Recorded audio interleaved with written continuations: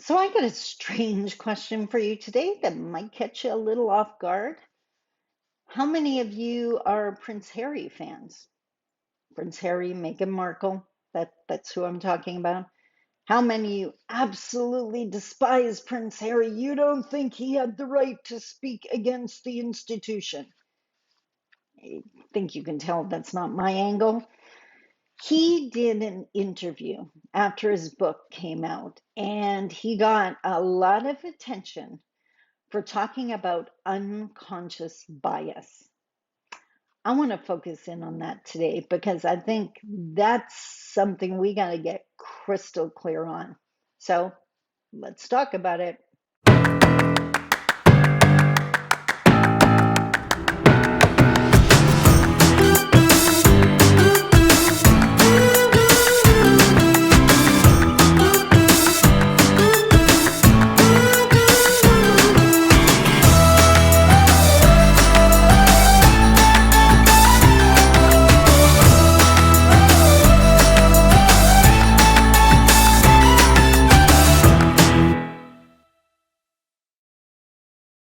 Bonjour, Mishko Pavanon, Quay Nadishnakas Mandodam.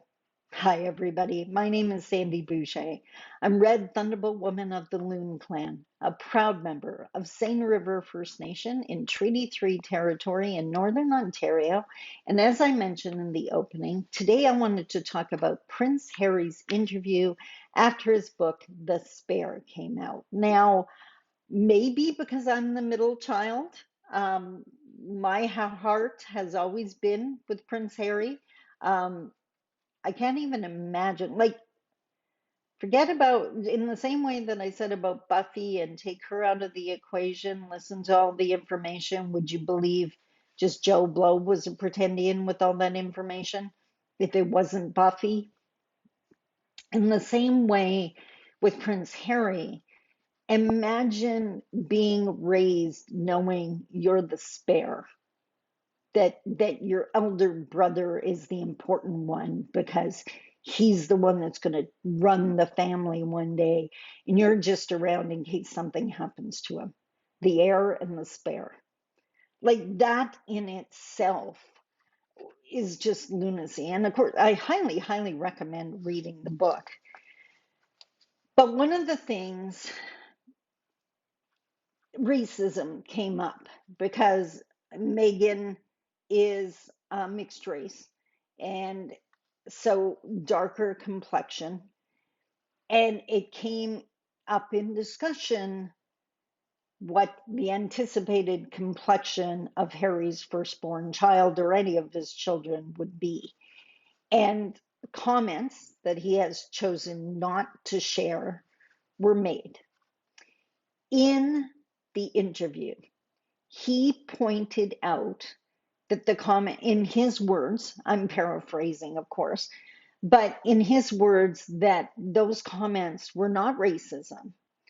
What they were is unconscious bias, meaning that the people that said them had these biases against people with a darker complexion or maybe a specific group of people, but they weren't even aware of their bias. It was unconscious.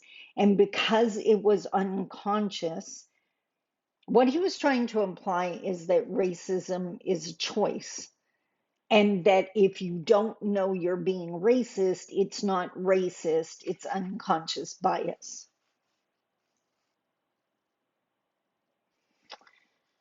Hard pass on that. Hard pass on that. I have said it 100 times in my video. Racism doesn't require intent. And in this case, it doesn't require conscious thought. If you were taught a bunch of stereotypes and you have not bothered to unpack them, and you were just continuing them by sharing them, and they are racist, you are being racist. You are sharing racist things. The fact that you were unconscious of it doesn't change that. And why I thought this was so interesting, I watched the interview for a second time over my vacay. Can you tell? Why I thought this was so interesting and why I wanted to speak to it is because of how often I stress that my YouTube channel is Indigenous centered space. And when Harry, now confused yet? I will explain it to you.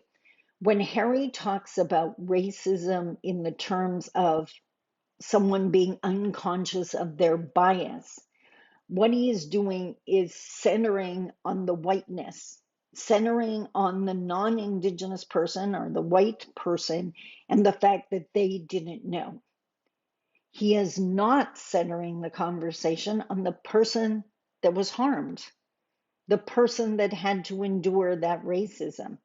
So, from our perspective, as the person harmed, yes, it's absolutely racist. And don't particularly care if you were conscious of it or not. And maybe the fact that I get totally upset with you for saying it will make you conscious of it. If there's one thing I am adamant about is we got to quit creating safe spaces for those garbage comments. We got to make stereotypes unacceptable, right? Like racism and sexism and homophobia and transphobia and all of those ickiness, those judgments are just so popular nowadays, like just so blatant. And it's like, gross. Go home, unpack that suitcase, learn to be respectful. And until you do, just be quiet. Don't be saying those things. It doesn't matter. Like, that's the joke. That's the all women are, all black people are, all indigenous people are. As soon as your sentence starts with that, I guarantee you what follows is a stereotype. If you haven't figured out that yet, now you know. And you got to unpack that. So, that white centeredness, centering on it's an excuse. I'm sorry. Well, they didn't mean to be racist. They're unconscious of their bias. Well, that applies to a lot of people. It doesn't mean it's not racist. It doesn't mean it didn't hurt. It doesn't mean it's not problematic. It's just a problem. And I hate to, I'm just looking at my handy dandy index card here. I wish I could say that I haven't seen this on my channel, but I have. And it goes back to the Buffy St. Marie videos that brought so many of you here. When I saw in the comment, and I made it crystal clear in my videos, again, I was crying because it hurt so bad that she pretended for so long to be one of us, to the point that we were looking up to her and wanted to be her, to have that love and acceptance and not be judged for being Indigenous. That was the hope she gave us, only to have it shattered. And I made that crystal clear in my videos. Yet time and time again, I had some non-Indigenous person comment, yeah, but that's nothing compared to what she did to her family. What? Like you're just going to totally disregard the Indigenous pain and decide that the pain she inflicted on the white parents or non-Indigenous parents was more important. That's just like saying the fact that we don't want to call you a racist. That might hurt your feelings. You didn't know, unconscious bias. And it doesn't matter if you hurt someone with your words.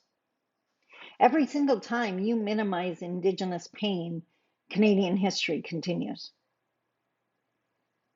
You can tell us that we are just as important as every other, but those actions speak way louder.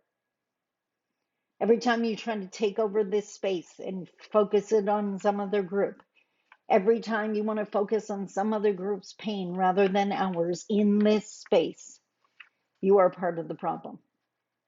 So, Prince Harry, love you lots. That was some hardcore BS because it doesn't matter. Like, nice excuse. That's what he's using. Because once he was in a Nazi uniform at one point for a Halloween costume, and he got flack for that. And now he said, well, it was unconscious bias. I didn't know better. That doesn't make it any better. Still inflicted harm. right? So the fact that you didn't know, living under a royal rock, were we? I hope that makes sense. So you need to unpack. You need to do some reflecting back.